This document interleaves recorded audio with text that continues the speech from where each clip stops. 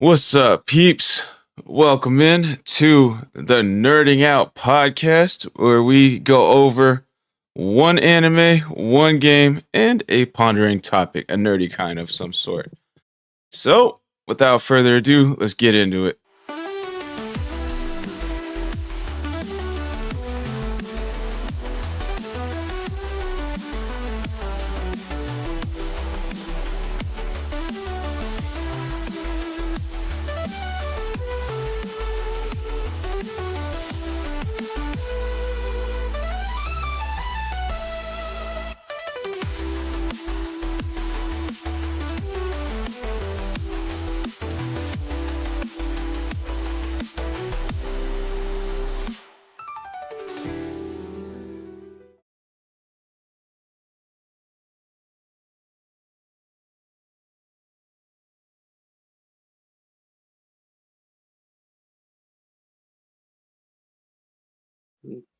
All right. We can always do another good move. Good.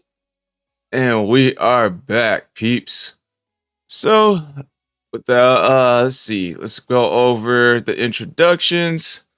We're all content creators here, so plug your socials, any announcements of anything you're working on, like videos, streams, special streams coming up, or have posted or about to post.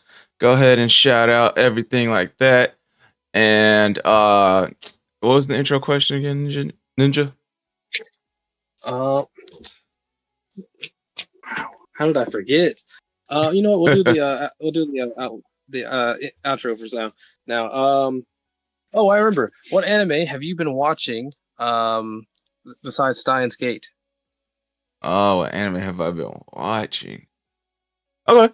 All right. So, you can't say Dragon Ball. Wait, I can't say what? You can't say Dragon Ball. I was, but I remembered another one. So I am SquallRush, the gamer, anime nerd, and the podcaster.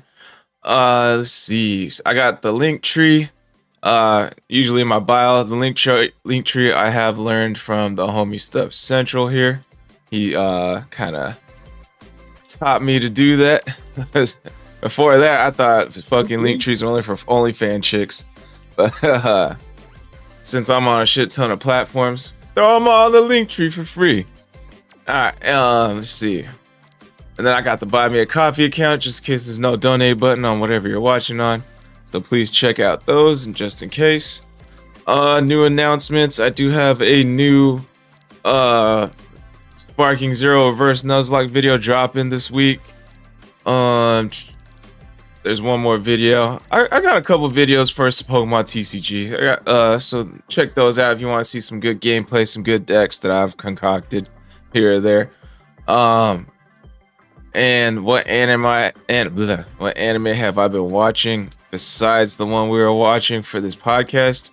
You know, I actually did flip on Hajime no Ippo again, like while falling asleep the other day. Cause that's one I actually did enjoy. Yeah.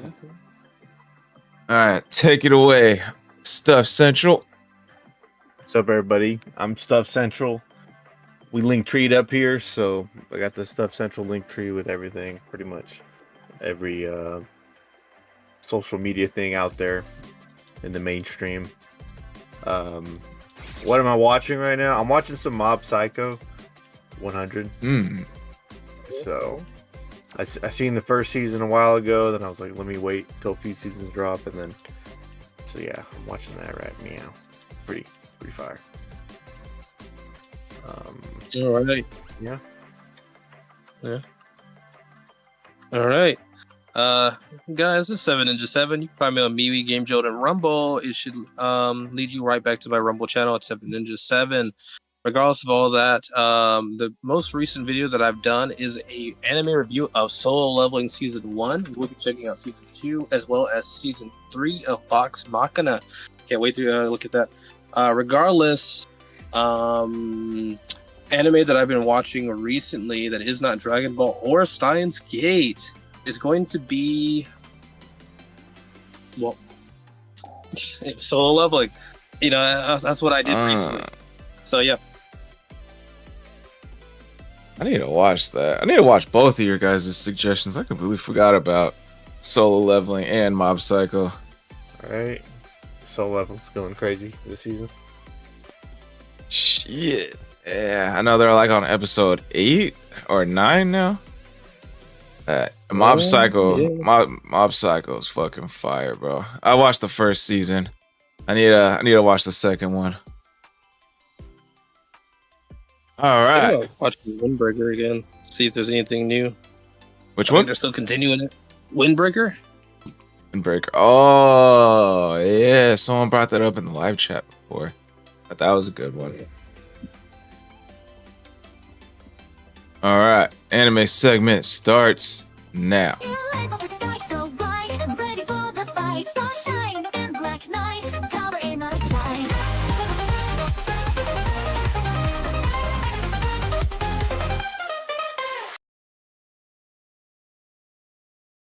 All right, welcome back, everybody.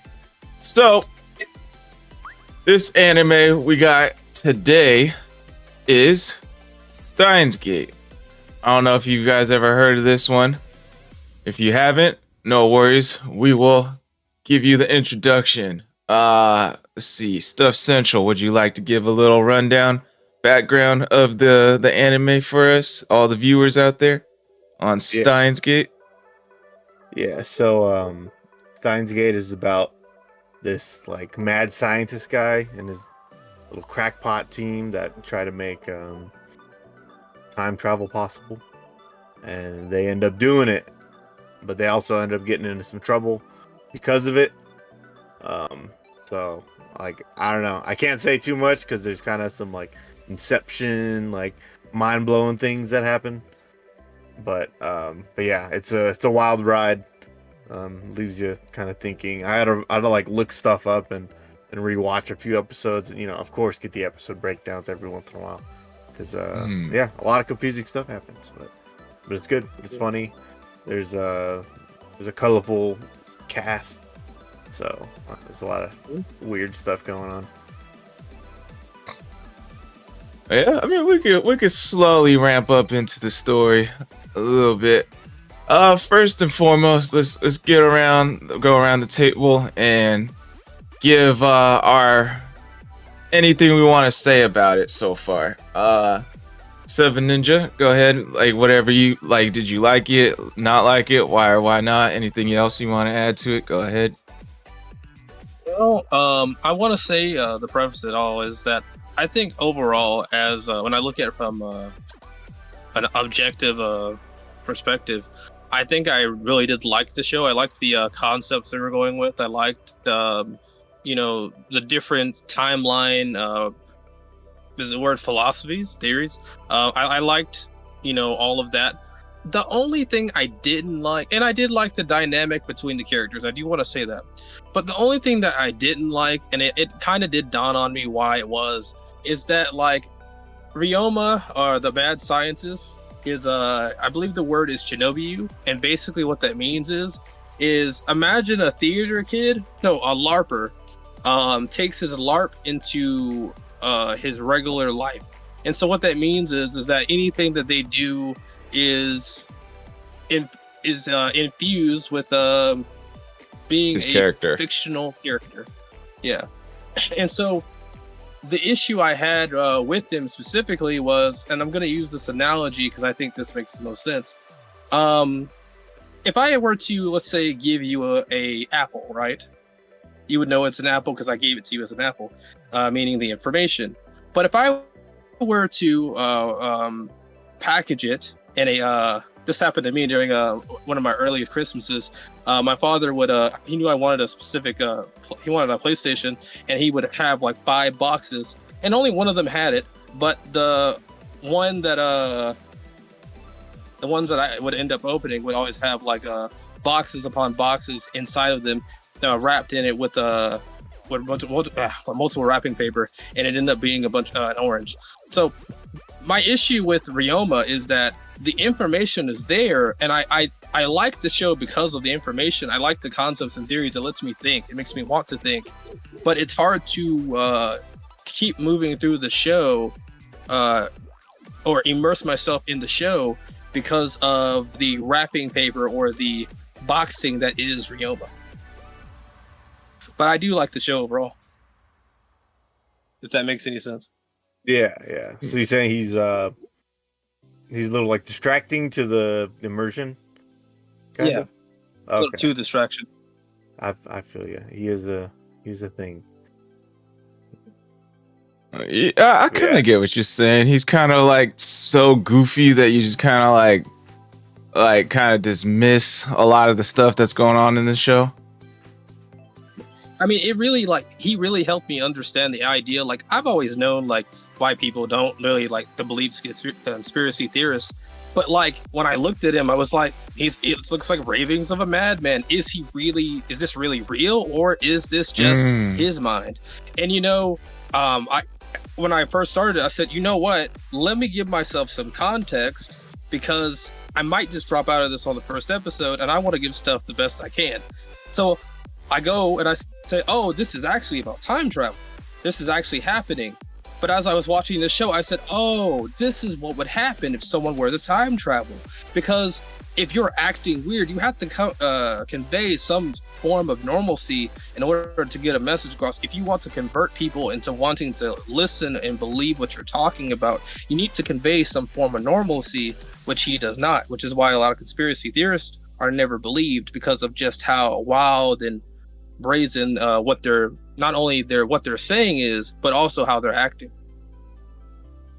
Yeah, I kind of get what you're saying. Like really smart people kind of come off as really weird sometimes. Like I think like Einstein like said a lot of weird things that like many people just dismissed him because they couldn't understand him. So like I can see like what the fuck was the main character's name? I thought it was like Oka something. Okibe. He has like a couple of different Hohokuin Kyoma is what he presents himself as when he gets all loud and evil villain like. But yeah, Okabe is doo. That's what old girl calls him. He's a JoJo character though. I'll go next. I actually really thoroughly enjoyed the show. Like, I like those animes that just hit you like with a crazy ass U-turn out of nowhere. Like the first episode's like usually you need like some sort of hook. What's up, entry sat? Thanks for the follow, appreciate it.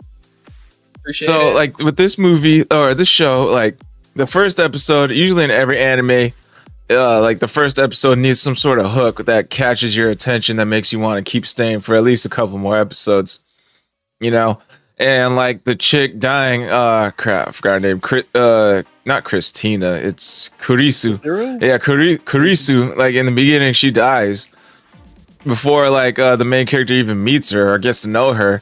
And then all of a sudden some weird crazy shift happens in the world where like everyone disappears and like, what the fuck? She's alive again. What the fuck? I thought she died. All right. And then so now like the show's about time travel. And then like that's like the next 10 episodes, like he doesn't really go into like, I thought she was dead. Nothing, just kind of rolls with it. Like, you're my assistant now. Okay, this is kind of weird. And it was like a bunch of shit like that kept happening all over the place. Like there's that one part-timer worker girl who like meets Kurisu and like just like pulls this weird samurai stance out of nowhere. It looks like she's about to slice Kurisu down. And then like after like 5 seconds of like that weird stare down happens, she just snaps out of it and then just like walks back into work. And then like they just continue on with their day like nothing happened. I'm like, bro, what the fuck was that? That was fucking weird, bro. Like, am I the one who saw that weird ass shit? Like, so there'd be like stuff like that happening every now and then. And then finally, like about like, I'm not gonna lie, like between the first and like episode 11 or 12, whenever that crazy shit started happening, I was like editing videos while watching. So I was like kind of like watching in and out here or there. So, but I know it's like they were like really working on like all this time travel and stuff like that, and they were really starting to get to know each other and get cool with each other and stuff. So like I kind of like zoned out during that part. That part was kind of slow, those first 10-ish episodes, and then fucking like time stops, and then fucking that one bitch with the glasses comes in, shoots the main character's like homegirl from the beginning in the head. I was like, Mari. Yeah, I was, my Maishu or something like that. Makishu, something like that. And that's when shit got real. And I like dropped all the video editing. I was like, what the fuck, bro? What the fuck just happened, bro? And then, like from then on there, I straight up like I actually put my whole time and attention, had to figure out what's going on next. And it just got real. Cause like then like I remember like Kurisu, who's like teaching the main character, like, since if we can't fit like a whole body into the past, like we can at least put their memories into the past. So that's how like he was able to time travel. He kept putting his memories and consciousness into a past self, like this makeshift time travel, you know, for like whatever we had in at this point. And then like, so this fucking so he was trying to figure out a way to save his homegirl, so he kept going in the past and he keep repeating this time loop over and over. I'm like, oh no, bro, it's not one of these, bro. It's not one of these. And it was like this was going on for like 2 to 3 episodes where he was trying to figure out how to save her homegirl, and it was just like everything he tried was just not working. I'm like, oh bro, this is hell, bro. This is fucking hell, bro. And then and then like finally, when they finally figured out like a way to stop her, like by like doing all this other confusing shit,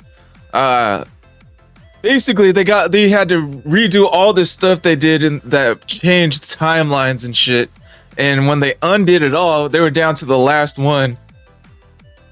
Like homegirl Kurisu was like, oh yeah, we just need to do one more, right? This is the one, and once we go back to that one, that's the one where I died, right? And then he's like, oh shit. Like, because like he went through like fucking 20 episodes of like getting to know this girl and get hella cool with this girl, and then now he's going back to the timeline where she dies.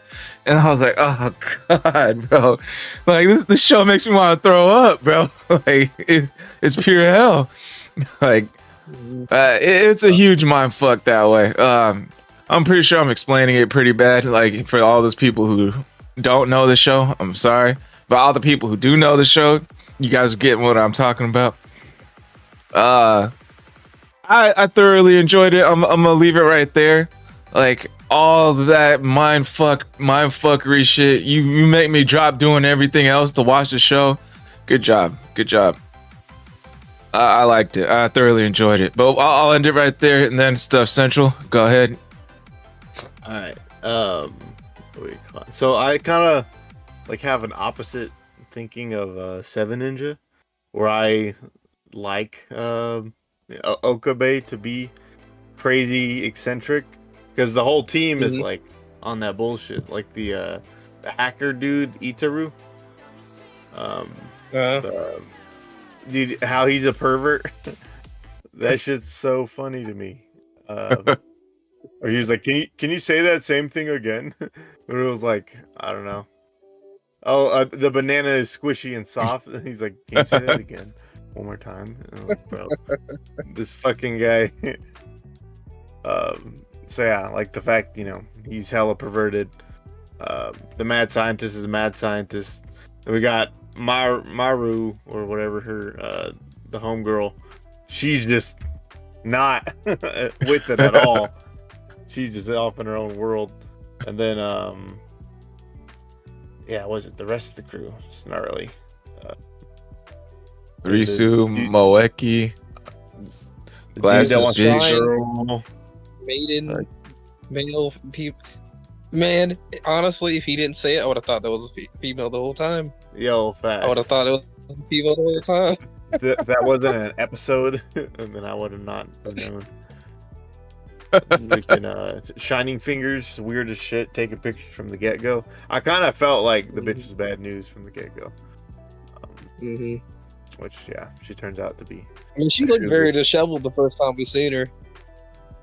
Yeah, I mean, hey, you're out there taking random pictures of people with your phone. You got to be on that bullshit. I thought that was just a cultural thing. Like, maybe that's just how they are in Japan. Maybe, I don't know. Just take pictures of whoever. Because like, I know, like, my girl says, like, when she went to Thailand, like, people did that in Thailand. Like, they'll just take random pictures of random people, like it's no one's business. That's crazy. Getting a portrait hang up for your office or something. Let me get all these people. But yeah, that I like the anime a lot. You know, like, I mean, it was my suggestion, and then like the fact that it ramps up from 0 to 100 in like over a few episodes. Like, hey, learn the cast, learn the crew. Like, oh, now shit's getting real, and we're figuring out all kinds of, you know, was it the world lines or whatever? Like, yeah, and it seems like it must be a significant enough choice that the dominoes will fall in a way where it would actually change the world. Yes. So, Casero living versus dying. Squall, in case you didn't figure it out, actually you probably wouldn't know this. In Steins Gate 0, that red-haired chick, Kasura, there's another one in the future. It's kind of a spoiler, but it's Kasuru or the red-haired chick. Okay, the red-haired. Yeah, chick. Kurisu. There's like, he kept calling her Christina. Yeah, inside of. Because she's dead in 0, because like that, this is technically like how like future Gohan is in the main timeline. 0 is the main timeline, and you don't have to watch the Steins Gate 0 in order to find out in order to watch it in chronological order. But like, you need to watch Steins Gate 0, Steins Gate. There's like another one I saw. Which apparently may not have nothing to do with the characters in Steins Gate, but it's in their world. There's a lot of things going on, I'm gonna put it like that. So it's like a bunch of series put together. What? Basically, go ahead. Nah, go ahead. I'm just shocked there's more. I thought this was it. Yeah. There's a Steins Gate 0 is a whole movie, and it is connected because so when you saw her like flare up at the red-haired chick, she thought she was a spy. Like, there's another chick that looks just like her. I forgot if it's a robot or whatever, but there's another chick that looks just like her, and so she flares up at her because it's like, oh, I know who this is. Well, it's in 0, but it's not inside of Steins Gate. Oh. And so, and the before I keep talking, did y'all have anything else to say on the anime? No. Did you watch the rest of the Steins Gates, like 0 and? I know about 0 and I know about Steins Gate. When I was watching for Steins Gate, I had found out there's 2 Steins Gate 0 and there's another series connected to it. So I'm very aware of what's going on in both Steins Gate and 0, but I do not know what's happening in the other one, the third one. Yeah, I haven't watched. I only watched Steins Gate, so. I got you. The weird thing is, if we want to talk about it now, they were basically saying we can't send someone back into the past, but they did. Yeah. I think once they got to the beta line, when they sent what is a D-mail? Is that just a regular email? Just a different way to say it? I feel like. Or their special email, or whatever. Or a text or something? I mean, it's time travel text. It's time travel text that sends you into the body of that version of you in that period of time. In the past. So. Yeah, so. Then the memory thing also works the same way too. So So I think like the once because there's the alpha line, then there is the beta line, and then there's Stein's Gate, right? Like beta line is the one that we saw them be on for like most of the series. That's the one where Mayuri dies, a short-haired chick in her own little La La Land. And I think that's the one where they couldn't figure out time travel really. They had like a decent grasp of it, but they couldn't figure it out fully. They got like little bits of it here or there. And then there's the alpha line where Kurisu dies, and that's the one where like shit's still like hitting the fan. It's not gonna end up good. And then Steins Gate is the one where no one dies and everything's all good to go, I believe. Yes. You know, the weird thing is that once you start messing with time, you kind of have to keep messing with time, because there's always going to be, unless, see, I would like the whole day today, I've been like kind of thinking about this, is because Okabe has made the time machine, does that in fact mean that he's the only one that can change time? Or is there a separate timeline that is made? Let's say the governments make a significant change. Would that affect his world? And that has come to me. And then I want to bring this up as well. I don't know if you guys have ever heard this, but I'm going to talk about ReZero for a second. A chick inside of ReZero said, have you ever thought about when you die that you're actually just leaving that world and moving to another body, and your body is still dead in that world? And so I'm wondering if those timelines are still existing, where he does end up failing, or is it one of those situations where because he made a choice to stop something else from happening, or to stop a choice that he already made, does that original timeline get erased as a singular timeline? You know, that's a great point. Go ahead, Stuff. Like, that's what you're like, there's just multiple timelines out there for everybody manipulating. It would create more lines, right? Yeah, we'd have to create more main lines. At least that's assuming that Okabe's being the first creator is not the only thing that matters. That's a great point. That is. So basically, it's not just Alpha, Beta, Steins Gate. There's probably Charlie line, Delta line, Echo line, all that stuff. But we just don't know about it. Yeah. What if those are just Okabe's lines?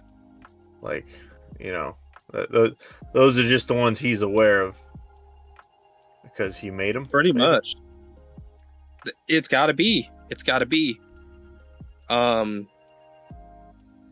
Because I remember specifically in the Zero timeline, so like the one where Kisuru dies, in that one, the governments are trying to take over. But inside of one where Mari dies, CERN is trying to take over. So they've got to still be playing a role. But then you've got the whole time machine fiasco. And that comes in, and it seems to be a whole different catalyst, which makes me think that if those changes were made, because you would not go back into the past by yourself if you thought the changes you were going to make were only going to affect you. So that means those timelines have to get erased by you making that a significant choice to change to another timeline. That's assumption.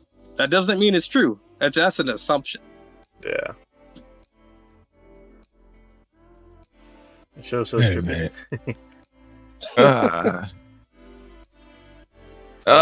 So, yeah, I kind of get what you're saying. Hang on, someone redeemed some points on Twitch, but I don't know why it didn't go through.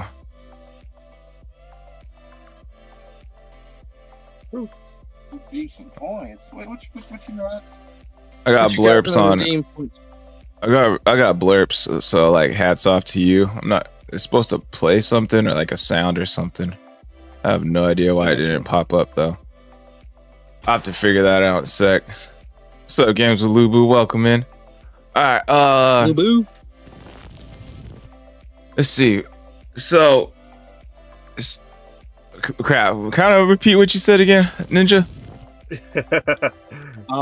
So basically, right, we know that there are main timelines, and because of those main timelines, we know that in one of them, Kisuro dies. It causes a domino effect, and it causes the governments to come out. There's a timeline because of her father giving it to the Russians, the information to the Russians. Then we have the timeline that Steins Gate, the one we watched.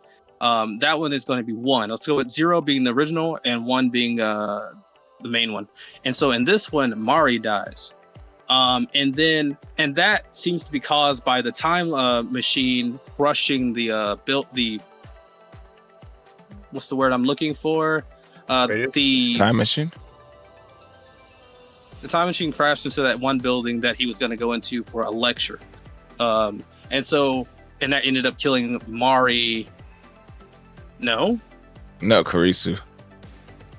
0 is the one Kurisu dies. Mari dies in 1. So the time machine hitting the building causes her to not get killed because she would have died inside the building. And which causes her father not to kill her. And then you have Steins Gate, where neither die because he tricked the one from 1 has tricked his past self in 0 to believe that Kurisu actually died, when in reality she didn't.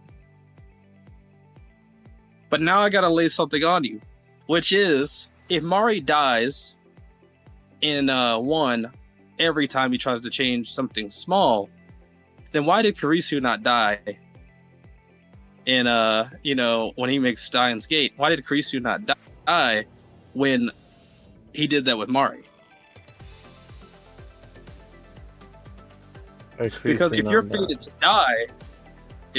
to die, right, then that means that you're going to die regardless. He, in a form of way, tricked time itself to believe that she did die, or at least to trick himself into believing that she did die. But the problem is that wouldn't be a significant enough choice for him to believe. I see what you're saying. That is a tricky one, because the way I see it is he left basically everything the same. Like he didn't really change anything. Like he tricked the timeline to think nothing, like everything happened like it's supposed to. Like he didn't just trick himself; he tricked the whole timeline. Basically, that's how I see it. Yeah. I could be wrong, but like I do see like it should still, like, something weird should happen, because that boy did everything he could to make Mayuri survive, you know? Like he even attempted to kill himself, and she still went in and took the hit from the car from her for him, you know, and ended up dying anyways, you know? So like it is pretty crazy, like that he did absolutely everything. Like it did give me ReZero vibes, where like dude, like Subaru died over and over and tried so much different shit, and like just kept going back to the past all the time. Couldn't figure it out. Fuck that show, bro. That show is a fucking mind fuck. ReZero? Yeah. Oh shit, I haven't seen that. That one's such a it's pretty similar, when because instead of him sending his consciousness back in time, like apparently he has like a save point power, where like basically if he dies, he goes back to a certain point, and like he figures this out, and then like sometimes he purposely dies just to go back and redo shit. Oh shit. Yeah.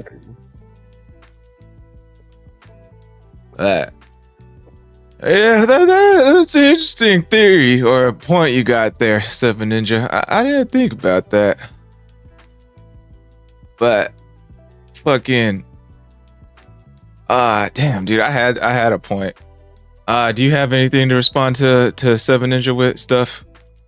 My mouth is open and I'm like, 'cause that's how That's how most of Steins Gate was for me.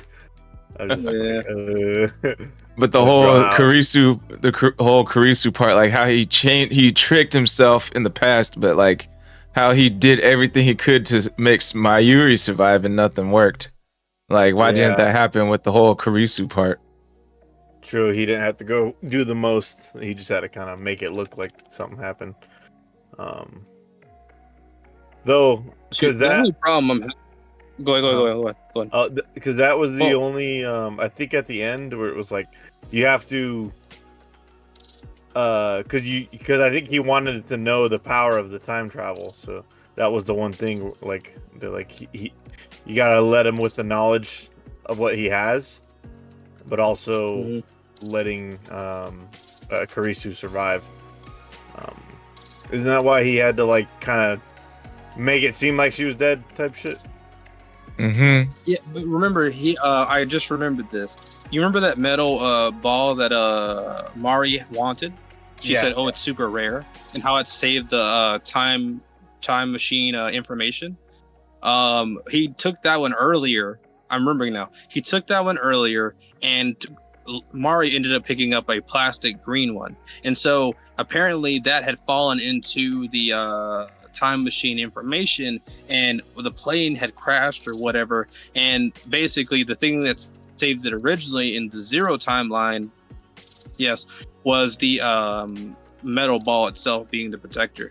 So the move with the plastic ball and saving or convincing himself that she had died is the reason that that domino effect went down.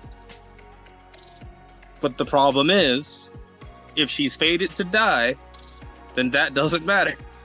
Like, that doesn't matter. And if she's fated to give the information, if her father's fated to take the information, or the information gets out in some form of way, then that doesn't matter. So, but I think if I'm going to go this route, it's going to be that, number one, he must have dissuaded himself from going the time travel route altogether, as well as he had to, the burning of that time travel file had to happen, causing Kazuru's father to seem like an idiot or a conspiracy theorist. And because of that, time travel in itself gets pushed back at least a few years because CERN was looking at it. Of course, that brings me back to the fact that CERN was looking into time travel as well. They must have done something along the way where they deleted their information. It's the only way that could have worked. But the problem is, the idea that CERN didn't see that happening and not having a backup file at all, it just seems very crazy to me. We can at least assume, at least for Stein's Gate, either A, time machines in general are gone, or B, time machine shenanigans will be pushed down at least a few generations. Like in the like the final end product timeline, it will be pushed back. Yeah, because I feel like it's one of those situations where like they're still studying time machines, so they would have to have, like, you would think an organization would have a backup file of the original information, right? And so it would have to get pushed back. But according to Steins Gate, the Steins Gate ending, everything goes correctly. The file gets burned, which means CERN nor the governments get the time machine information, which means that in theory, time travel as a whole is just gone. I mean, like, I feel like they would have, like what's his name, Okabe and Karisu, they would have, like, Karisu still, like, was the main person who knew about, like, time travel, like, helped Okabe with his little experiments and stuff. So I mean, just put them back together, they'll be all right. They'll bring it back up to speed. Hey, the duo. But there was a lot of weird stuff that, like, I still don't remember. I don't know fully about now that you bring up all the stuff. Like who the fuck was CERN this whole time? Like I don't really understand who CERN was. See who else. Yeah, Like, and the fact that the landlord is CERN. yeah, that was crazy. Like he was FB, like fucking. Yeah, right. What was that about? That Mm, shit wild. he certainly was a reluctant because his daughter would have got killed if he would have quit the organization. So that's why he continued doing it. But then what's her name? That disheveled chick, brown haired chick, like she was a part of it as well. Yeah, fuck that bitch. That bitch pissed me off, bro. Yeah, she's a little twat. So what did you learn after looking stuff up? Stuff like you said you had to like look at like some things after you were done watching the show to like find answers. Mostly just of like what, you know, what the fuck just happened? What did I just watch? Kind of, not so much like conspiracies, but just like this is what happened. And I was like, okay, 'cause I seen it, but did I actually see it? You know, but yeah, I was kind of like you. I had my full attention on it at the time when I was watching, and you know, because I was like, oh, this is some in-depth shit right here.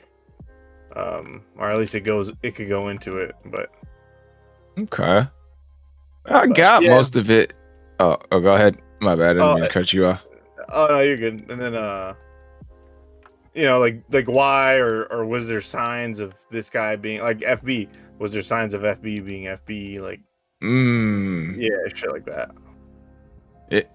Yeah, because you said, I think you said the best ones are usually gonna hide. The best ones what? The best ones are usually gonna hide in plain sight anyway, and so he did a great job. Like he played it off like, yeah, you're crazy, you know, yada yada yada. But the whole time he knew he was up to something. He knew he had it in him, and so it's it honestly makes me think that they somehow knew he'd figure it out. And that's what I really want to know. No? I'm actually on a different boat. Really What's up, Shield? What's up, Shield PR? Talking about Steins Gate, the anime. Crazy ass anime. I'm actually on a different boat than you guys. I actually didn't expect Moeki, the glasses chick taking pictures of Okabe. I did not expect her to be a bad guy at all. That came completely out of left field to me. I thought she was just a weirdo. But like who is CERN? Do you guys know who CERN is? I'm still kind of confused on who CERN is. I thought Okabe was just imagined this group in his head or something this whole time until they actually showed up. There is a CERN, actual CERN organization. I think the reason I found out about them is I think it's called the Hadron Collider. It's like a ring that they turn on, and like when it does it, I'm not entirely sure what it does, but when I read about like the Hadron Collider, I saw some rumors about time manipulation happening with that back then too. So I think that Steins Gate has to do something with that as well. Like they just took the inspiration from the rumors of CERN. But like as to like what it really is about, like there is a CERN out there, but are they trying to take over the world and all? That's a different story altogether. Okay. But yeah, like how we imagine like his little the organization. Like I think that like yeah, that is made up, but then they become real. That is CERN. You know, that's them shooters with the Uzis. Yeah. Them government boys. That shit was fucking nuts. There's another question I had. There's like some things, like not really a question, but what was the most mind fucky thing about the show to you guys?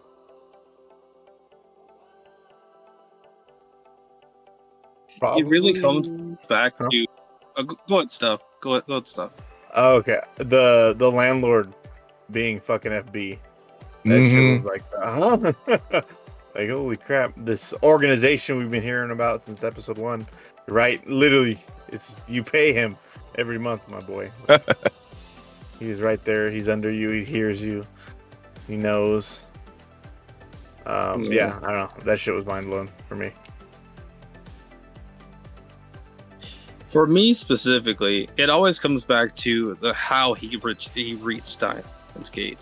If fate is guaranteed, then what decides something being a significant point?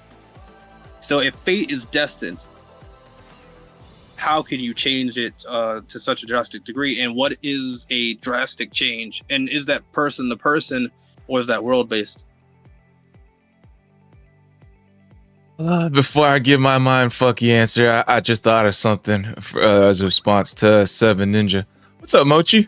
Welcome in. Freaking. So he found out that he killed Kurisu this whole time, right? Like, I mean, I'm gonna explain it like this.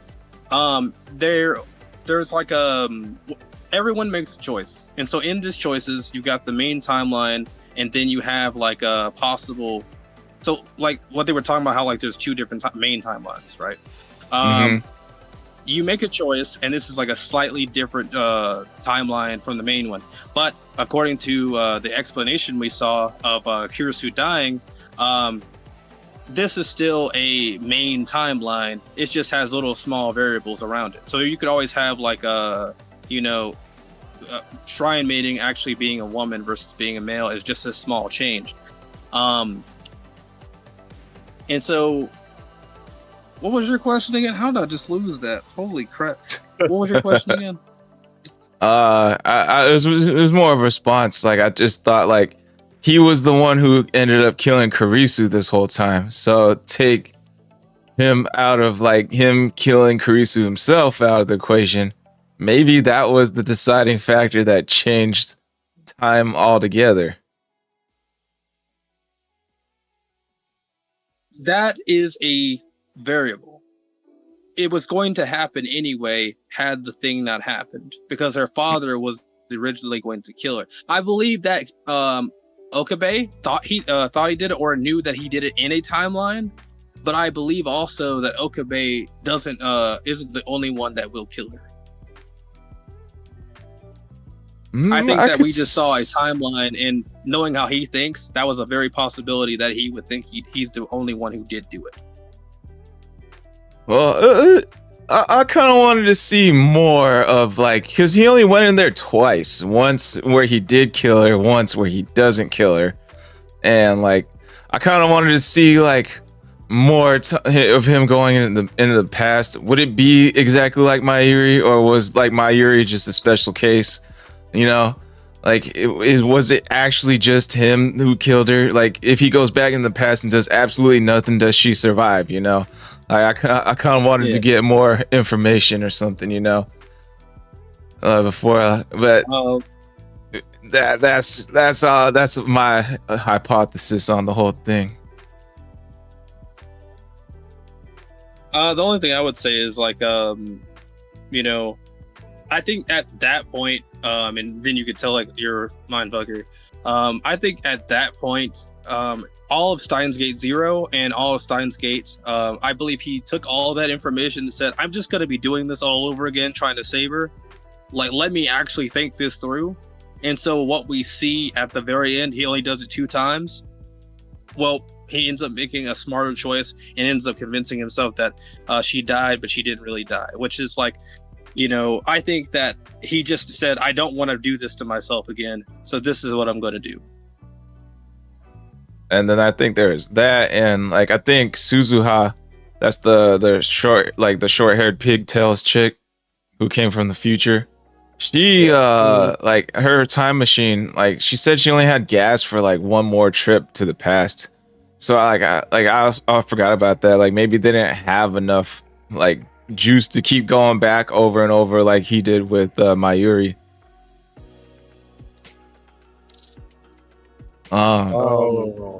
Facts. Yeah. So if he couldn't figure out a way to do it that one last time, like they couldn't like keep experimenting with shit like he did with Mayuri. Ain't got no gas in it. But the mindfucky thing to me was fucking Suzuha, actually. Like when they found out like how to fix the time machine in the beta line, go back in the past, and they were like so like what's the word? They were so like hopeful and like motivated, like, yeah, I'm gonna get this for you guys. I'm gonna get the IBM 5100 back for you guys. And then so I'll see you guys in 35 years, or for you guys it's only gonna be a few hours. And then like they get a knock on the door, and it's Mr. Braun. Like, here's the letter. It's from like this lady. Like what the heck? Why do you have this letter? Like, this lady used to take care of me when I was a kid. Like, what the fuck? You? What the hell? And then like they get the letter. I'm sorry. I failed. Like I barely remembered who I was a year ago. Like, I forgot everything, so I did absolutely nothing with my life this whole time, and I couldn't get the IBM 5100. And then like it's like, dude, damn, bro. And she's like, by the time you're reading this, I probably died or something like that. And then so he goes to Mr. Braun. How did she die? Suicide? It's like, oh fuck, bro. Damn, bro. She was a real one, bro, and she just straight up dies. That's crazy, bro. That's cooked. Forgot who she was. Honestly, I was still confused how she got like that. Like it seemed like something random, like just a random chink happened. And so like, just a small variable is all it takes. And like you're driving, right? Like you're driving normally, but then something happens. It could be small, but it could send you flying easily. And so that's true. Maybe that's all that happened. Yeah, that it is kind of confusing, because like she does travel to the past originally. She's from the future originally, and she still has all her memories, but she travels to the past again and forgets who she is. So that is kind of confusing. I honestly think that, like, at least for that timeline, I feel like if they would have done that, I feel like the story would have ended a lot faster. And so I feel like in this way, this is kind of a form of padding, because that probably shouldn't have happened. There's not much reason to believe it should have happened. Well, also what I don't get is like when he travels back in time or transfers his consciousness, memories back in time, and undoes all this stuff, why is Suzuha not back? Like, she's just straight up gone. Like, that's the only thing that can't be undone after all this undoing of everything,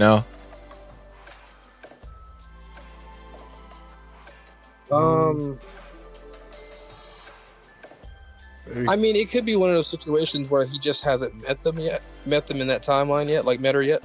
And so, or she gets like how, like, if they kept undoing the changes that they made, like Mari got more time. And so it could be one of those situations where after making so many changes, Suzuha was due date was moved, or maybe she left early. It depends. Oh yeah, or never stopped, broke down in the middle of her wherever, because I don't think she was supposed to be there, right? At was it 2012 or something? Yeah, she was supposed to go to 1975 first. Yeah, well, she never broke down and just never met her. And it still failed her mission or whatever, But then, like, when he transfers himself to the past and then goes to ask Mr. Braun about her, like, he's like, how do you know about her? Like, some blah blah blah. Like, how did she die? Was it suicide? What? No, she died of illness. That I was like, what the fuck? What's going on here? Why did her death change all of a sudden? Oh yeah, I forgot about that part. It could be something. It's a theory, but it could be something where she can't make the change herself.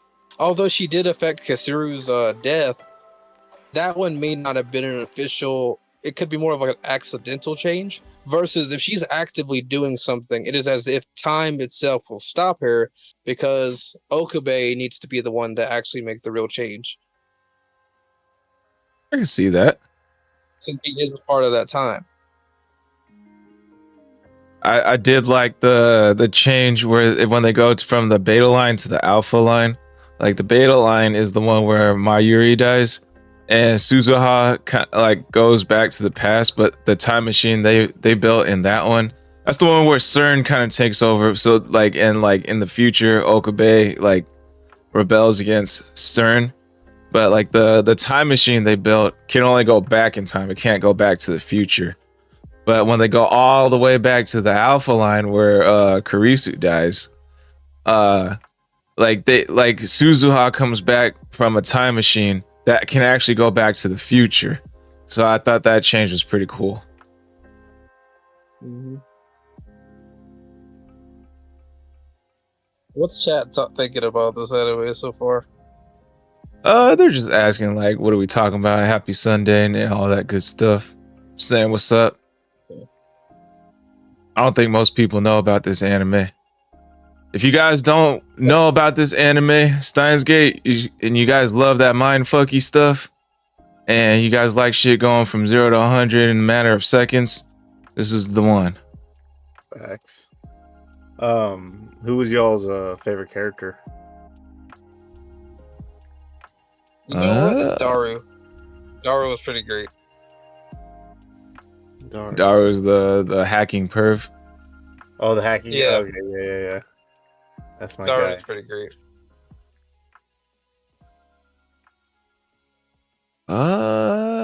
Damn. I kind of liked all of them. I thought Kasura was a good foil in a sense of like to Okabe, and in a sense of like his theatrics, his Shinobi part of him. I thought that she was a good foil. I've seen this before, even in real life, where like, you know, there are men out there that like women that'll challenge them, and so like I'm talking intellectually, and so I think that's part of the reason that he fell for her in the first place. And so like I see it, but no, it's still Daru. Yeah. I'm gonna go with. I kind of like Suzuha. She was pretty cool throughout the whole anime. She was badass. Mm-hmm. Yeah, she had a lot of surprises in her, for sure. Like when CERN first hops in, like time stops, she's like, oh shit. And then she like dips. And then like when they come in, like everyone frees with guns. And then like fucking Moeka, she just like shoots Mayuri dead, plops on the ground. Like, all right, we're taking the rest of you in. And then Suzuha comes in, just knocks everybody out, and then just like points the gun like at that cool ass stance at Moeka. I thought that shit was sick. Imagine if they didn't shoot Mari. That's a whole different timeline. They didn't kill Mari. Yeah, because he would not have went back in time. It wouldn't have happened. Used her as a hostage, it wouldn't have happened. Yeah, that mess is crazy. They would have just let it ride. See what happens. Why didn't Suzuha come out sooner and stop her from shooting Mayuri? All right. I would have gave, if I was Okabe, I would have gave her a heads up. Like, you seen her kick ass, you know? Like, hey, come out just like 5 seconds sooner. You know, like stop them before they shoot her. There's the fate in the timelines. It's meant to be. It's a canon event, Squall. Fuck that canon event. That boy's all about changing time. Do it. But who's your favorite character? Stuff? Yeah, not gonna lie, dude. The fucking kitty, the kitty maid lady. You know? Ferris. Yeah. Just complete, like, this shit was so random. And the whole fucking district is like that in that one timeline. And she's all fucking pretty much like, you know, the hot shot around there. Like, what is going on? So yeah, she's my favorite. Kawaii, what the Kawaii fuck? Yeah, she was cool. I liked her. I just didn't like how fucking skinny all the chicks were. Like they're you could probably do this. You could probably do this around their thighs. Like put like your connect your thumb and one of your fingers around it. What's it called? Oh, go ahead. No, I said he likes some thick stuff. Yeah, I like thicker lives. I had that one saying, "Thick thighs save lives" in my head. Yeah, the Pixar moms and all that. Oh, yeah, Pixar moms. Yeah, they ain't built like Mewtwo in this one. Yeah. Pixar moms are crazy, dude. Oh my god. Pixar mom's that older sister from Lilo and Stitch. Yeah, got her name. But something dawned on me when he was going back and undoing all the changes he did. Like all the chicks he was like he needed to go talk to undo the changes. They were all in love with him this whole time. Like Ferris, the cat chick, Luca, the chick that's supposed to be a guy. Like the only like when he went to Moeka, the glasses chick, to undo her D-mail, I was fully expecting her to reveal that she was in love with him too, but that ended up not happening. Right. I think they knew there was no chance. And the reason I say that is just like his weirdness was so strong that like what attracts them to him is his eccentricness. So that's why they like him so much. There's something about what that is, and that women love ambition, and so something about who he was attracted them to them. But at the same time, they knew that nothing would form.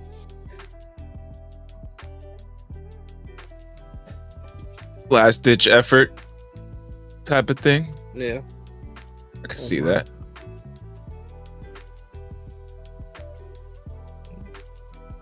What's a moment in the show that you guys really liked?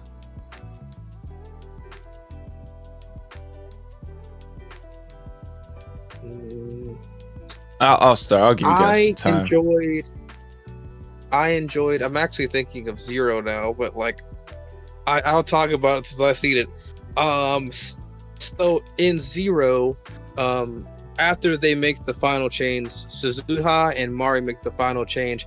They jump into the future, but they don't really have a designation because of all the changes that happened so far. As some reason they don't have a designation, so they shoot themselves in the future. Well, I don't know if you guys have seen this, but a lot of times when they start talking about traveling into the future, the world has eroded from what it originally was, and sometimes it's a wasteland whenever time travel comes up. And so they're stuck there, and it looks like it's the end. And then Okabe comes out of nowhere in the time machine energy doohickey and saves them. It was like a last ditch hope kind of feel, so I enjoyed that. Okay. The hero, the time hero. Freaking. Yeah. One part that I really liked was like the really sweet goodbye type of thing, like before like when Okabe is about to go back to the Alpha timeline where Kurisu dies, and like they're having like this last little final moment, like where they like kiss finally, and like they don't know what to do. They're like both like hearts are torn. Like my heart's torn while watching this. Like fuck, bro, don't go back. Like shit. I don't know what they're supposed to do, but don't do that. Yeah. And then like when he does go back, like homegirl Mayuri, like for some reason just can see right through Okabe for no reason. Like he goes back in time. Huh? Y'all gotta watch Zero just to find out about why that happened. So, dude, I want to explain it like this. So in ReZero, you know how like he dies and he goes back in time, and like he ends up succeeding on a main timeline, right? it's kind of similar. So much is happening within seconds. So much is happening, and so many choices that we see in Steins Gate's final product of what has happened beforehand. And so, like, dude, y'all gotta see Zero if y'all want to figure out what's happening all there. I want to watch that. Gosh, dude. I definitely want to see more. Is that the movie? It's supposed to be a movie. Oh, okay. It's supposed to be. Yeah. So is there like another version? Oh, I thought you seen it. No, I said when preparing for this show, I watched Steins Gate, and then I found out about Steins Gate Zero was connected, so I checked out that as well, and found out about all the different information about Steins Gate Zero. So I know everything. Okay. Except for that other one, anime. Yeah, so when he goes back in the past, in the main time or Alpha line where Kurisu dies, he's like, "I've done it. I've mastered time travel." But it's like you know, all us audience knows he's just putting on somewhat of a mad act, like, because like he just lost his girl now, like the one he really cared about the most, to save Mayuri, you know, and like. Okabe, not Okabe, Mayuri, the La La Land chick, is like, you can cry, like it's okay, like you can cry for yourself. It's like, bro, how the fuck do you know he's like in pain right now, like, you know? Yeah, he's all acting and shit. So like that whole little scene / sequence of scenes, I really enjoyed that sweet pain, you know, type of. Like moment. Yeah, that's what's up. Fucking, I'd say my favorite scene is when, it's gonna sound fucked up, when Mayuri gets the first bullet to the dome. Like, yo, shit just gets crazy after that. Okay.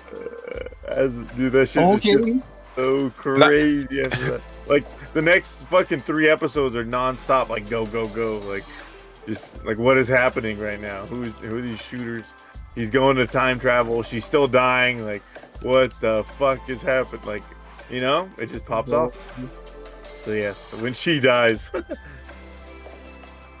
I actually agree with you, bro. That shit was like, cause like usually, like when someone dies, right? Like you get this feeling of like. He ain't dead. Something's off here. Like like Kakashi is gonna do some substitution jutsu or some shit. Something's off here. Like this don't feel like a death moment. That one was just like, nah, bro. She can't be dead. Yeah, is she really dead? She's really fucking dead. Holy shit! You know, that was crazy. Yeah. Shit had me fucking a little bit, you know what I'm saying? Like, not to go doo-doo-doo when she sees Buddy, like, yo, it's tough. It's tough, but yeah, and then just shit just popping after that. Yeah, that show, that's the real turning point for me, where I was just fully zoned in. I stopped all the video editing. What's up, Fodub? Welcome in. Fodub. Dub in his house. Thanks for everyone tuning in today. If you guys didn't hear us earlier, we're going over the anime Steins Gate. This anime is straight up fire. It's about time travel. Shit hits straight the fan on around episode 12. I was zoning in and out of like the first 10-ish episodes. But like I kind of got the gist. Like I'm like, oh yeah, damn, they're actually getting along. I was growing an attachment to these characters here or there, watching all their everything that's going on, you know, to their way up to creating time travel. And when that one first character died, I was like, no, bro, no, I can't have anyone dying in this scene, bro. Let's see, it is fire, some realistic science. Dr. Stones had me hooked with the history and science the same way. I agree with that. it did give me like Dr. Stein or Dr. Stone like vibes with like the whole fucking like science and shit. But I don't know, the like Dr. Stone just makes me feel like everyone's gonna survive. It's all gonna be sunshines and dandelions. This one gave me like, fuck, bro. Oh god, bro. Don't The kill feds her. are after them. Fucking dark for sure. Mm-hmm. You know what? Their palette tone for the coloring, though, even with the colorful characters, their palette tone was very dark. Like Definitely. when I first watched it, I was like, I was noticing the colors. I'm like, why are they doing these colors? But that was always a foreshadowing of the future. Damn, that's a good. Yeah, I didn't think about that. That shit is black, white, and red on the intro, song and all that. That's crazy. Yeah. Oh, yeah, it And is then a I'm lot of thinking about, monochrome. Steins Gate timeline. Like, it's very bright in comparison. So, it's subtle foreshadowing. Huh. I didn't even notice that. I'm gonna have to go back. But yeah. There's I wanted to bring up something that I wanted to ask stuff. Like a question. Like I did notice. Fuck, I already lost it. They're trying to think of two things at the same time. All right, stuff. I remember you said when you like looked up stuff after watching the anime, and then you had to go back rewatch like some episodes to like see what like these explanations were about. What was like some of the stuff you were like looking up, or like you had to go rewatch some episodes? Like what parts did you have to go see because of what you looked up? I think more towards the fucking ending, like when he's cooking with the machine, and then like finding out that Kurisu dies at the last one, and like why is that different than Mario? Yeah. Like, why was that shit different?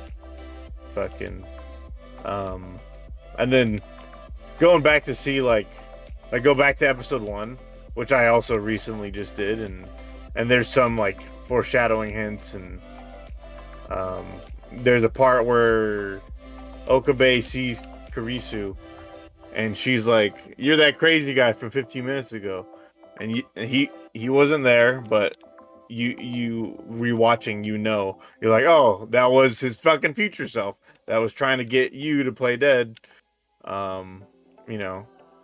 Like that's your first time meeting him, Kurisu, but he's trying to get you to survive because he knows. So like the first interaction with Kurisu, she mentions she already met Okabe. Oh shit. Yeah, I know what you're talking about. so like I did enjoy I did enjoy finding that out. It's just like how do I want to describe it? It was like finding that out, but like when I like how I told you guys how I felt about the anime in the very beginning, that also made me think that he was losing his mind as well. So like seeing that at the end certainly did help out overall with my opinion of the show, or of him, I mean. Oh, That's shit. fucking crazy. Yeah, Well, right? I mean, I thought I'm on the same boat as Ninja. I thought he was like a little bit crazy in the beginning because he's always like pretending like he has this persona that he like. I thought it was just a figment of his imagination. I'm the mad scientist, Like I'm like, bro, you're just a goofball, bro. Like in my head, but after like once they actually figured out like the microwave can send shit back in time, but in a jelly-like format, like I'm like, oh shit, he actually knows his shit, like he's not that crazy. He's on to something over here. And then like they build the time machine where they can send their memories and thoughts back. So basically they're going back in time. So I was like, okay, he's actually legit. He's not stupid. He's not like just a goofball. Right. The feds I could think be if after. Daru never saw the banana, go ahead, stuff. Oh, I was just saying, he really got the feds after him. Mm-hmm. Yeah. I think if Daru never saw the banana return, I don't think things would have played out any. I wonder. Actually, you know what? I do wonder how it would have played out, because they would have just thought he was crazy anyway, and just kept putting the full stack of bananas. But like by simply taking one and it coming back, Daru had to see it this time, which is like, you know, it's a glitch in the Matrix, right? And so Daru sees it, and this allows the full story to play out. So I wonder what would have happened in that timeline. Speaking of Daru, that dude fucked up, bro. like right before Mayuri gets killed, freaking like he's like, hey, I'm already connected to CERN's network. Like, what the heck? And like, I'm like, the like instant red flags were raising in my head, like, bro, that means they're connected to you. They connected to you, you fucking idiot. And then like all of a sudden time stops and then Mayuri dies. Like Daru, bro, it's all your fucking fault, bro. Master hacker my ass. I know. Yep, they know. They know where you're at. I don't know. I think the story was pretty well written. Like everything is connected in some way, shape, or form, and like they had it. Like it feels like everything was planned from start to finish. You know, like the whole, like him going back in time, like them going all the way back and undoing everything, and then even undoing everything comes with a consequence that I even forgot about. Like her saying, "Oh, that's the one where I died," right? I'm like, I forgot that she died in the beginning. Like after watching like 20-ish episodes, it's like everything comes full circle, and it's like really well written in my book. I forgot to remind you guys. Remember, they still remember dying in because of their dreams. Like the fact that he changes time, which actually may coincide with the idea that the timelines actually are erased in a way or meld together, is the fact that they still remember dying brutally in their dreams. So okay, that okay. That so what is in don't answer this if it's explained in Stein's Gate Zero, the movie. Why is Okabe the only one that can actually fully remember everything? My best guess is because of he is the main one time traveling. Like he's the one with the phone going to the different time travel points. He's the one using the main device. He's the one with the most experience, so therefore they're sending him down the road. The reason they may have more information and other different variables could be easily that he's giving them future or past information, or is able to provide information they would not originally have, conveying the fact that he did time travel. So I think that's why it is, but why he's the only one who remembers it is because he's the one time traveling. Now why Suha doesn't always remember everything is I don't think her coming through the time machine outright affects it affects things, but it doesn't affect everything like he does. Because she's not always time traveling, but he is. Oh, he's constantly fucking around with it. I mean, but like when they send the D-mail to that changes time, like the lines, doesn't everyone move over to the other line, not just him? You would think that, but he is the one holding the phone. He is the one making the changes. So his phone is the one that is the only one that can change the lines, the world lines. I believe the reason it probably works is because of him putting his phone on the microwave.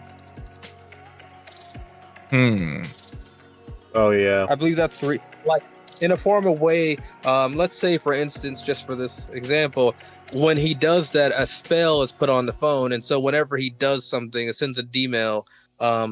That spell activates sending him back in time or to another timeline. Okay. Put a spell on you. Yeah, because I remember like he got like a message from his past self or his future self saying you have the eye or something like that. That's why you can remember everything. And then I remember he had like he stated like the first time they switched lines, he like felt very like weird or like not really in pain, but maybe in pain. And then like he's like, what the fuck? Why am I the one that can remember everything? How long was I sitting here? Like 30 seconds. The heck? And then like he like had remembered that like, yo, whenever I switch lines, world lines, like it gives me that similar feeling of when I had that fever when I was a kid. So like I feel like if they had to go all the way back, they would have went all the way back to like that fever he had when he was a kid. Like I think maybe like there was like some sort of world line change there when he was a kid, but that was just like a theory in my head when I saw that. That gave him his power. Oh yeah, that too. That could have given it his power. I thought like maybe they switched world lines there as well when at that fever he had when he was a kid. Maybe, but there's also the idea that once you start messing with time, it could be a form of energy that forms in you, and so it goes through not only your future but your past as well. And so like he messed with time, he's able to time travel. The past version of him is affected in some form of way. Kind of like points in time of like different versions of yourself in time, like kind of like an electrical current going through different like nodes or nods or whatever. Oh, you get zapped with time travel. And also because of how they did it originally, it's also possible that same interaction happened in the past, which is why he had that fever. Exactly. That's what I was thinking. Like they switched world lines when he was a kid, in some way, shape, or form. The government. But all theories. Like it would have been cool if they added that part or explained that part a little more. Characters you guys hate. We already know who you hate. Honestly, what character do I hate? Honestly, I can't really say I hate a particular character. I mean, you've got the chick you don't like, but I think she got raised into that lifestyle. So it's like, do I hate her, or is it just one of those people and circumstances situations? I don't know if I would say I hate her, but I would have liked to see Mari. She almost felt like she didn't have a personality. Like, how do I describe? She's a side character who's a main side character, right? But she felt like an extra. It was, yeah, I could kind of see that. She was an extra until she died. Yeah. Oh, the chick, the main chick. Dude, chick. Oh yeah, I mean, she didn't really do much. She was more for moral support. I feel like. Yeah. But nonetheless, a valued part of the team. Yes. Yeah. I'd say she grounded him. I think she grounded Okabe 100%. Without her, a lot of things would arise. So I think, I mean, she like a lot of people just kind of humor him, but she well, although she does humor him, she's like that normalcy that he needs. Yeah, not always science all the time. Yeah, she's like the non-sciencey, scientific like equally goofy version of Okabe, you know, like he's like in his head, I'm the mad scientist, and then she's over here like, I'm your hostage. Like, wait, what? Don't say it like that. Yeah. Crazy. Because she had Kurisu about to call the cops.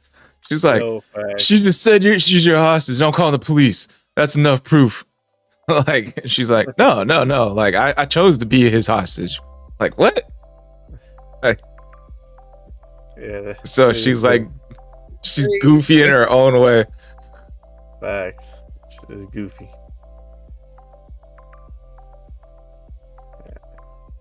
Hey. The two characters I hate, y'all already know my first one. First and foremost, fuck this bitch right here. Moeka. Oh yeah. Shining fingers. Like, cause what extremely disturbs me is like, oh, she's kind of hot. I like her. Like, and then boom, turns around, shoots my girl Mayuri. Fuck this bitch. Second, fuck this asshole too, Mr. Braun. I liked you. I liked you, Mr. Braun. You're like a big muscle man. Like, look like a good father figure to your daughter.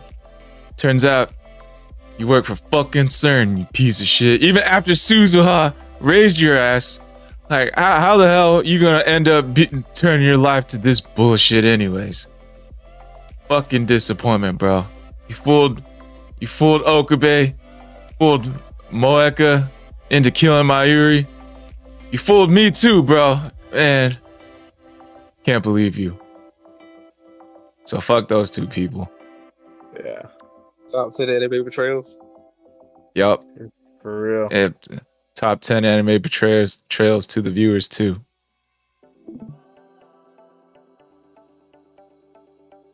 Yeah. I mean, I'd probably say Braun.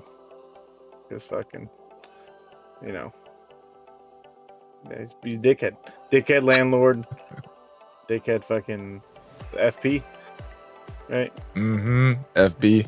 I thought that stood for Facebook at first. Facebook himself, the meta assassins. All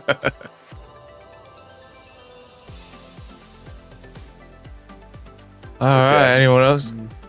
Anyone else got anything to bring up? Anything interesting, or any thought you want our thoughts on some parts of the anime?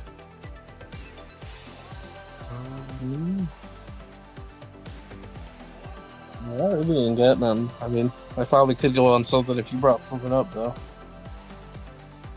I got nothing else. I'm interested in watching Steins Gate Zero. It's like, I really wanted to see more, like, after that ending. So I'm glad you told me about that movie. I'm about to watch that, like, probably at work tonight. Send it. All right, closing thoughts on the anime. I guess I'll start. I objectively liked the anime, and so I will give it an 8. I am not a fan of Ryoma's theatrics, but overall, I do enjoy the anime. All right. Okay. My closing thoughts. Actually, go ahead, Stuff. You can go first. I bet. Yeah, I'd probably give it a 9 just because I love the mindfuckery Inception. You know, when you could go back and watch something a second time and it changes because of what you know. That's that type of shit that I like. You know, like Shutter Island type. You're like, oh, like, you know, going back, you know why they're doing X, Y, and Z. So that's yeah, I give it a 9 just because I like that kind of shit. And, you know, nobody was too crazy, and the one, I mean, you know, Okabe was a little crazy, but I liked it. It suited him. He's a mad scientist, so he can be crazy, you know. But But yeah, just a 9 out of 10. Yeah, I'd give it a solid 9 as well. Like like the I'm like usually I won't give like animes that much of a chance that start slow, but I do appreciate the ones that do start slow, because you know some crazy shit's gonna happen like when they like the slower they start, you know, like well like if that's the given the fact that if they do even ramp up at all throughout the anime, like if it's just straight up slow throughout the whole anime, and like that'd be a complete waste of time. If it's like ramping up like 0 to 100 like in the matter of seconds like this did, yeah, that good shit, real good pacing in my book. I like I said, like it completely took my attention away from editing videos.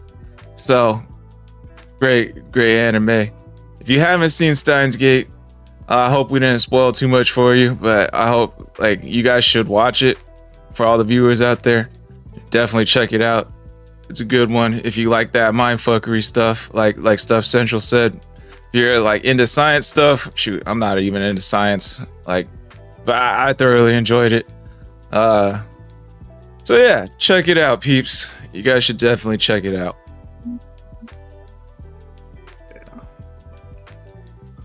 That's the thing, not a shonen, but still pretty good, you know. Oh, I just thought of something. How old did you guys think Okabe was in the beginning? Oh, he just kind of gave like 22 for some reason. You mean like 22-year-old type? He was finessing. He was like, "Oh, let me get some, you know, ramen from old girl," you know. So he ain't established like that, you know. So he had to be a young guy. But I don't know. That's kind of what my thought was when I first seen him. How old wasn't he? Like 19 or some shit? Yeah, he was 18. Yeah. I thought he was like 30s, like low 30s. Like, but then like when he finally was able to see that future video from his future self, he's like, "Hey, I'm from the I'm you from 15 years from now." And then like so like when he was done with the video, watching the video, he's like, "Man, that was me when I'm 33." Like, what the fuck? This is an 18-year-old this whole time, bro. What the fuck? All right. Charm City, we're still streaming. It's just the end of this segment, the anime segment. Ooh. All right. You know what? Let's skip the gaming segment. If we got time for it, then we'll circle back to it. For now, we'll go into the pondering segment.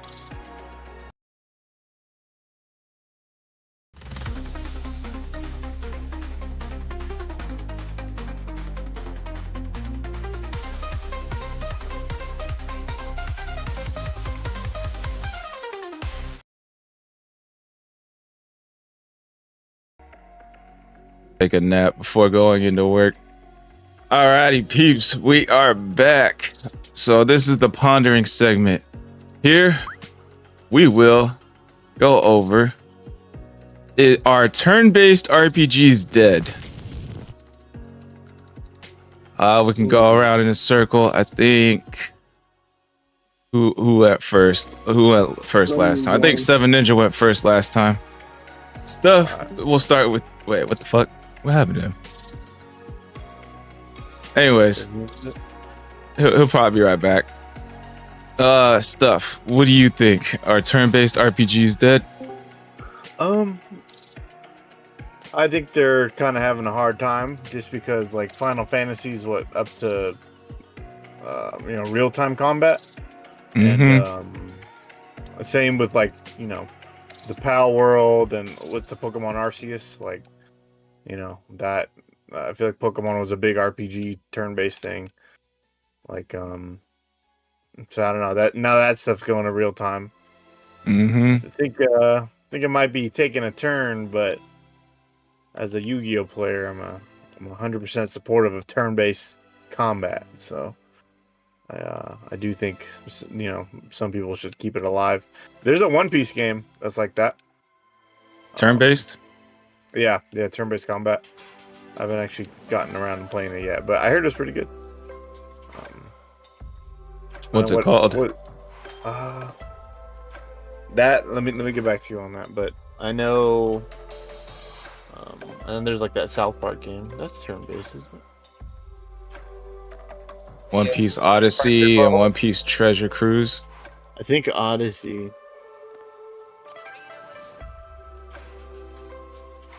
Pretty sure it's turn-based. See, it might be this one here.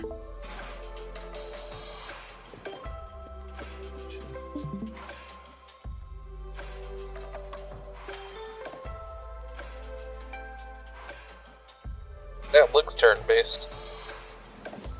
Yeah, it's that one. Yep, Odyssey. Okay. Yeah, so there's still a few out there, but I feel like some of their bigger genre leaders have make the change.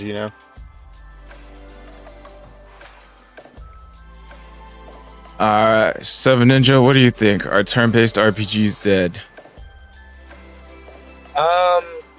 I think that I feel like they're not really gonna die. Besides, Pokemon's always gonna be there. They're not doing a more Pokken tournament. Like I thought, that would catch on, but apparently it's not. I feel like as long as D&D is a thing, people are gonna still want to play turn-based games because it's just usually in turn-based games you can kind of build out your character a lot more. They can do weird, different attacks, stuff like that you can't really do with a real-time game just because of combat flow needs to feel a little bit different. And there's also the guy that wants to, let's say, play D&D that's not able to play because maybe he doesn't have a group, but he's able to do something similar. Like Baldur's Gate 3 is a good example of it's actually probably on the rise. Probably going to see a lot more people wanting to make more games like that because it did so well. But there's this idea of, well, I can't find people to play D&D with, or any kind of fantasy game, tabletop fantasy game. So I'm probably going to play something like this, which allows me to build the character out a lot more. Baldur's Gate 3 is turn-based? Yes, sir. Yeah. I forgot about that, actually. That shit did win Game of the Year. Oh, shit. Well, I feel like it's kind of dying. Final Fantasy games are now going to real time.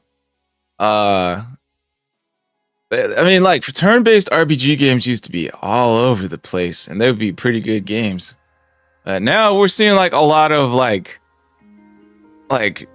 turn-based RPG games, elements into real-time combat. You got the damage appearing above their heads whenever you do damage.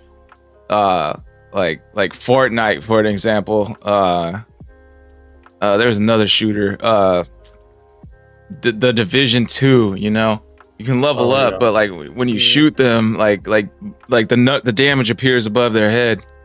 But it's real time, it's a first person shooter, or not a first person shooter. I think it was a third person shooter.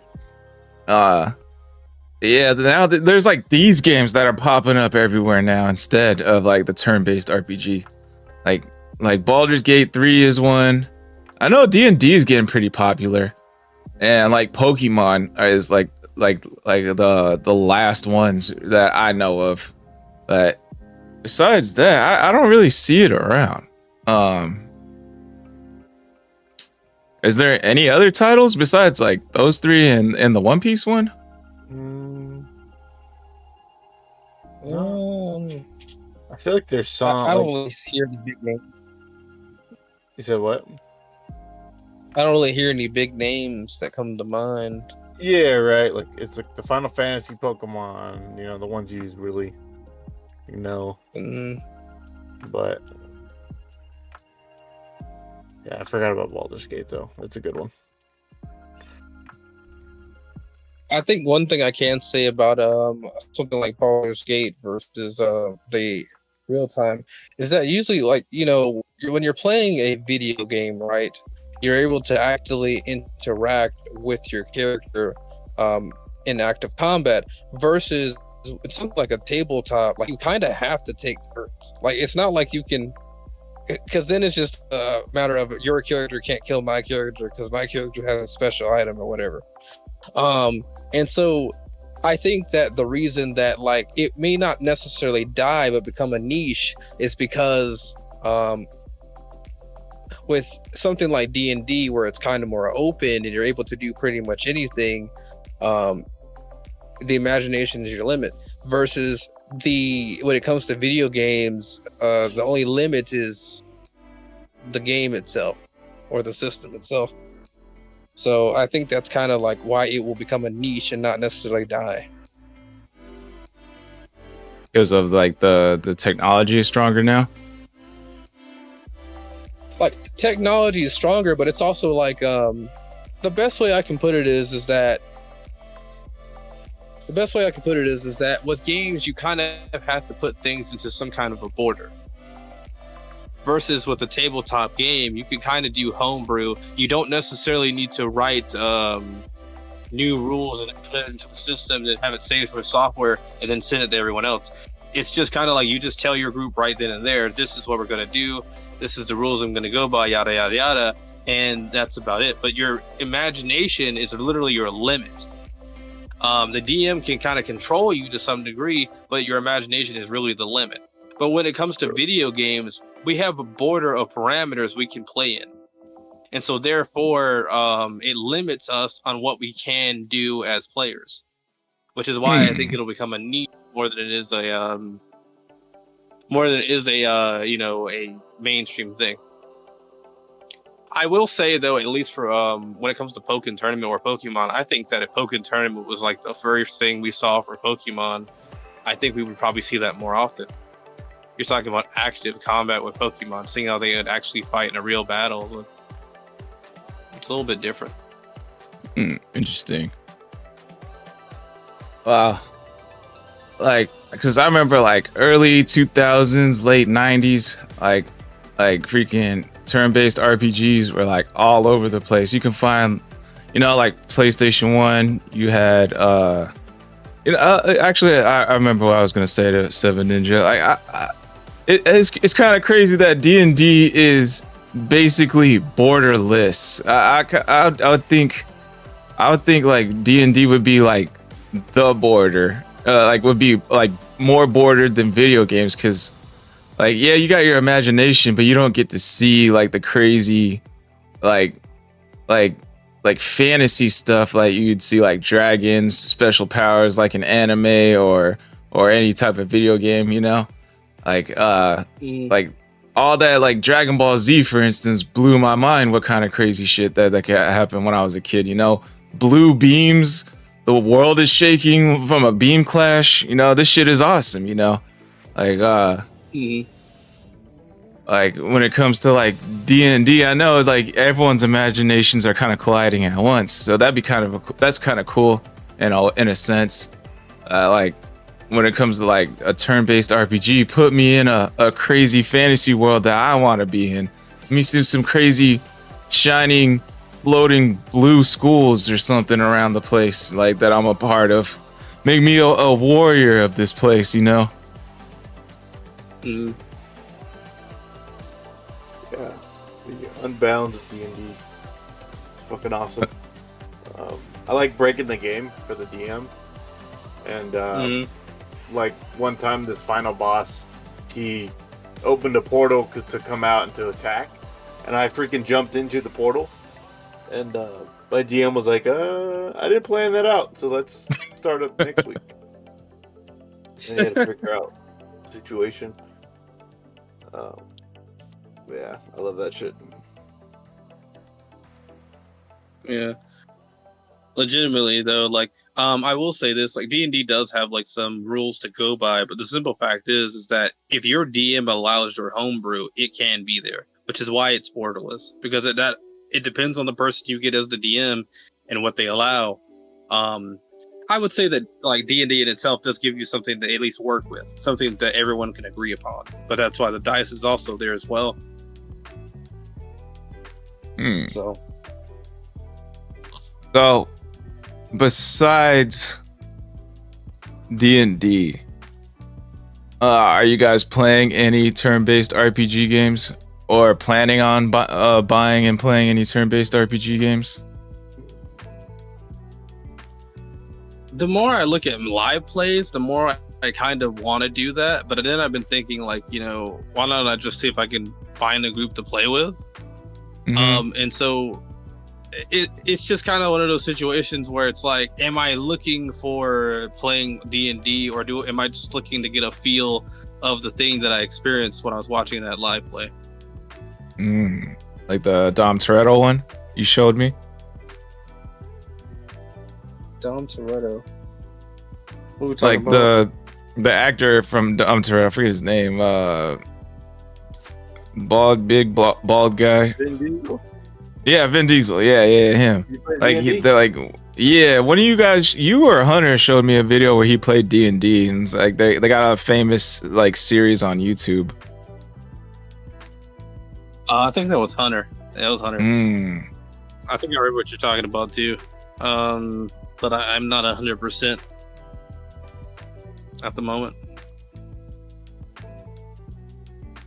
I could link you guys to a live play. I was watching something on a Wrath and Glory. It's a Warhammer 40k version of it.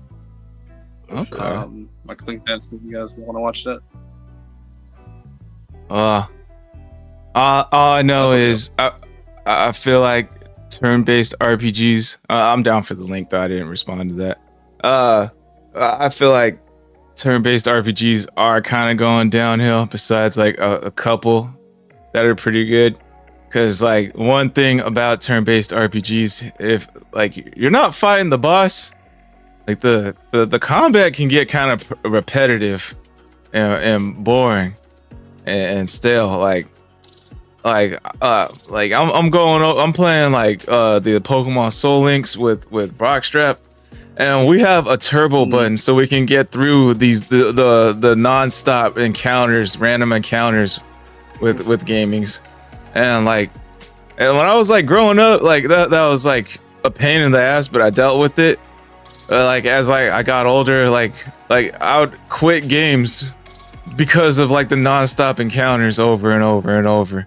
Like I wouldn't intentionally like man, fuck this game, you know. I'd just be like I just kind of fizzle out. Like I'm just like, yeah, I'm just gonna play something else, you know. Thanks. A lot of them. And then you got all that loading and stuff you got to go through, where you could just literally just attack them while they're there, you know, and keep going. True. There's like a setup like every fight. The reason I like strikers is because of that. Well, it was kind of both, but like, you know, just kill them and go. It was pretty much just that. Oh, unless they come up with like a solution to the annoying random encounters, I feel like it's probably dying. Like I hope it doesn't, because I still do enjoy that style. Just need to get rid of that like the random encounters, because I feel like that's like at least 50% of the game or more, you know, the random encounters. Yeah, facts. A lot of them.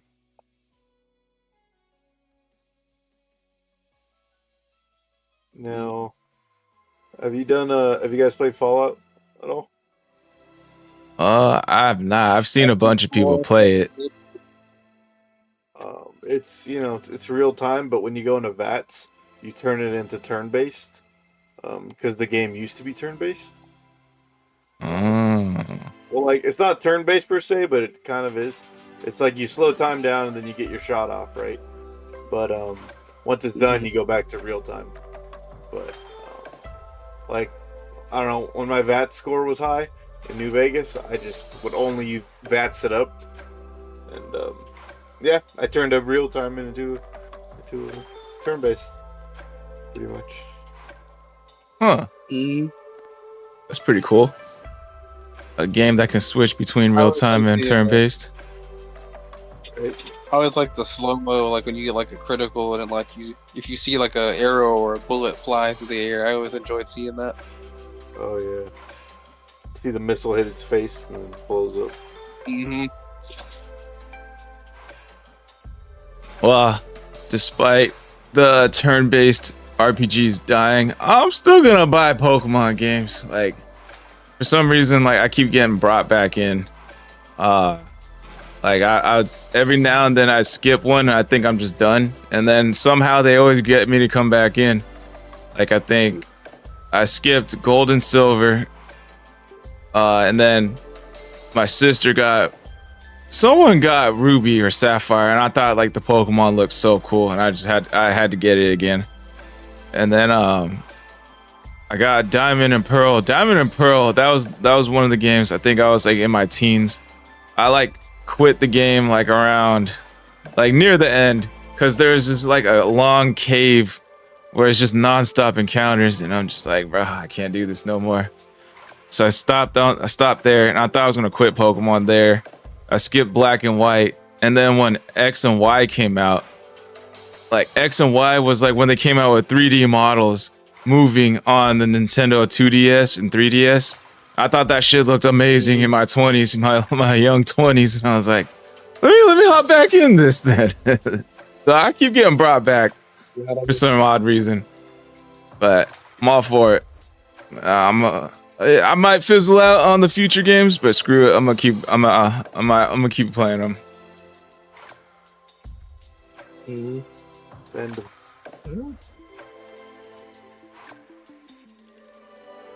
Yeah.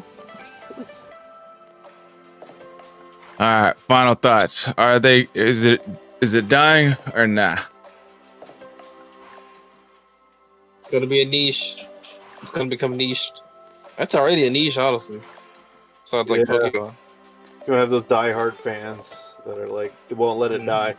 But you know, there won't be a lot of them. But there'll be still the people looking out for the next, you know, Chrono Blade, Chrono Trigger, one of those games. You know. Forgot about that one. Right? Yeah. Pretty sure it's one of those. Or Xenoblade. I don't know if that's that as well, but yeah. It'll be a niche for sure. Hardcore fan base. I think Dragon Quest is one too. What's up? I think Dragon Quest. I think that's one of them. That's a good one. I forgot about that one. And then I think Persona is a turn-based one. Like all those. Very true. Yeah. Yeah. The homie loves Persona. Forgot about that one. Especially if they got the music right. Listen, they got the music right. Like Persona 5. Bro, it was hitting night live. You'll never see a comeback.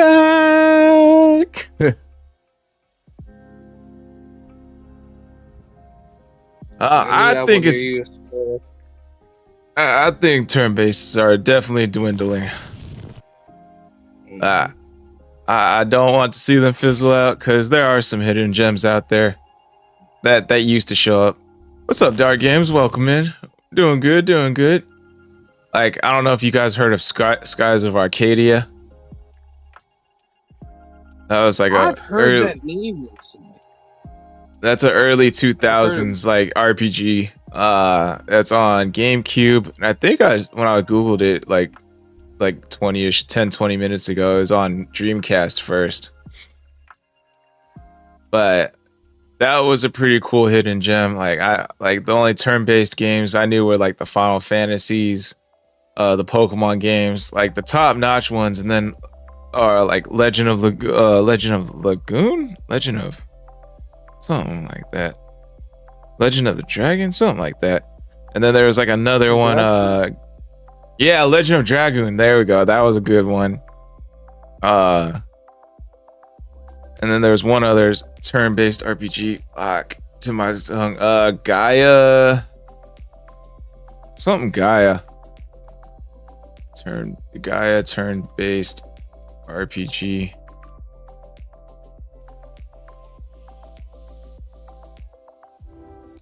Not Knights of Gaia. Turn-based RPG where they put in D-pad inputs to attack.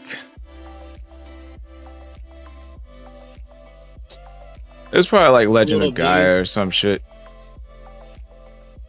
Let me look up Legend of Gaia. Anyways, the point is there's like some really good top-notch you know, there's like a lot of hidden gems I would find like on PlayStation 1. And then there'd be like even some hidden gems on like the GameCube in early 2000s, like Skies of Arcadia. Like now I don't really see like hidden gems anymore. It's always like big titles like Baldur's Gate, like everyone like knows about it, wants to play it type of thing. Like, I don't see like anyone coming up to like anybody be like, hey, have you tried this random game? The hell is that? Try it. It's pretty good. Or like mm-hmm. Crazy. I think Brotherhood from Mario, Super Mario Brotherhood or whatever. Oh, You know what I'm talking about? Mushroom King. yeah. Super Mario Brotherhood. Yeah. Those games were cool. Oh damn, this one looks good. The Brothership. Mario and Luigi Brothership. Are they still making it? Oh, those are trash, bro. Don't bother with them anymore. Like I bought like Paper Mario Origami. There's no level up system anymore. It's not even really a turn-based RPG. It's like weird. It's turn-based, but it's weird. It's like all the enemies were in a circle and you gotta find a way to take them all out in one turn. And like some weird combat system. I mean, the combat system's fine, but like it's different. But there's no level up. That level up system, that part was really weird to me. That's strange. Very strange. Yeah. All right, guys. I think we're gonna end this one early. I'm feeling real tired. Like I actually fell asleep like around 12 last night. Woke up at 5 a.m. So I need to take a nap like before going into work, doing a night shift. So we will plug our socials one last time. And what's it called? Plug our socials. Shout out your announcements one last time. And the outro question is, what anime would you suggest? I think that was the one, right?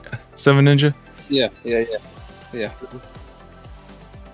All right, so I am SquallRush, the gamer, the nerd, the podcaster. Got the link tree in my bio. Sure, at least it should be there on whatever platform you're watching on. If you want to shoot all my other platforms some follows, would appreciate that a lot. Got the Buy Me a Coffee account, just in case there's no donate button on whatever platform you're watching on. Let's see. The announcements I have are, we got Senzu Talks this Wednesday for SquallGND. Got the Reverse Nuzlocke video dropping soon, and a new Pokemon TCG Pocket video dropping soon. I'm working on a crazy deck, and I think I might have found the winning formula, maybe. It's like every time I play with this deck off stream, it kicks ass. But every time I stream the game, like I'm getting my ass whooped. It's weird. But anyways, yeah, that should be coming out soon. I call it the Mad Hatter deck. It's like a mad man deck, crazy scientist, like some Okabe shit. Anyways, that's neither here or there. What anime would I recommend?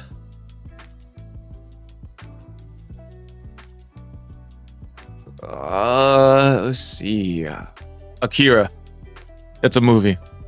Akira. Yeah, if we're talking about mindfucky shit that goes 0 to 100 real quick, that's a good one. Nice. All right. Stuff Central, take it away.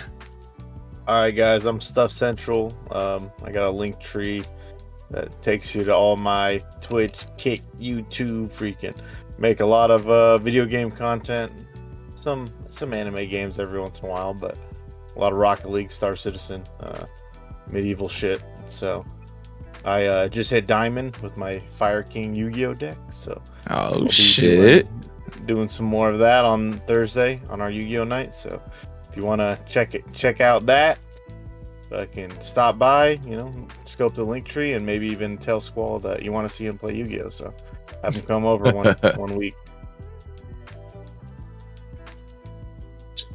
What's the anime? What's the anime you recommend? The anime, Demon Lord 2099. That one it's kind of like a isekai, like a reverse isekai, I believe. And with his all-powerful demon from the 1200s goes into 2099, year 2099. So it's like cyberpunk vibes, and then he ends up becoming a streamer. So, which that's funny from the content creating side, because some of the things I relate to, because he makes his bread as a streamer. But yeah, it's pretty funny. Interesting. I'll check it out. Yeah, it's pretty fire. I think it's only like 24 episodes right now, 2 seasons. So, and that's the main character. It's a he. Looks like a chick. Yeah, he's a little eccentric with it. Hold up. Okay. So I'm 7ninja7. You can find me at Game Jolt, Mew, and Rumble. Should lead you right back to 7ninja7 anyway. Remember to check out the coffee, not the one 12 talking about. It's KO-FI if you want to send your boy a little love, a little friend, a little financials. How you do it. Regardless, remember again, I recently did a Solo Leveling Season 1 review. I plan on uploading something about Vanquish soon. It'll be there. So check that out. And I really enjoyed our talk about Stein's Gate. It was really fun. Hearing you guys, your theories and stuff like that, as well as apparently I knew more than I realized. Regardless, anime that I would have you guys check out is an anime called 91 Days. The reason I like that story is I liked seeing the revenge story fully play out and see how this guy gets all the people that killed his best friend. Oh shit. Okay. Yeah. Hang on, let me pull it up for the viewers real quick. 91 Days. Oh, this looks kind of cool.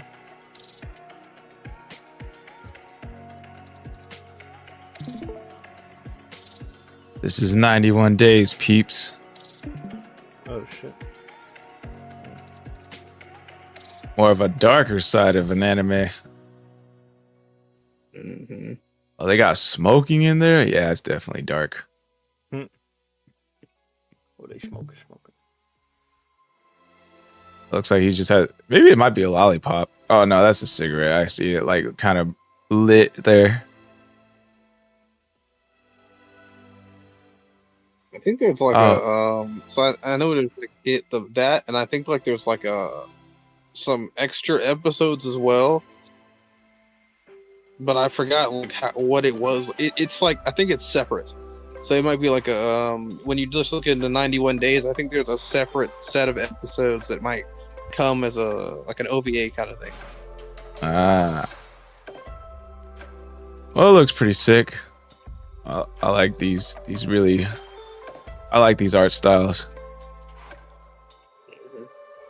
Oh, alrighty, peeps. That was the Nerding Out podcast. Hope you guys enjoyed it. Thank you all the viewers for being here. Thank the panel. Thank you, Stuff, for recommending this awesome anime. I thoroughly enjoyed it. And thank you, 7ninja, for telling me that there's Steins Gate 0. So I'm going to check that out soon. But that's it. We will catch you guys for the next one. Peace. All right, y'all. Later. Peace.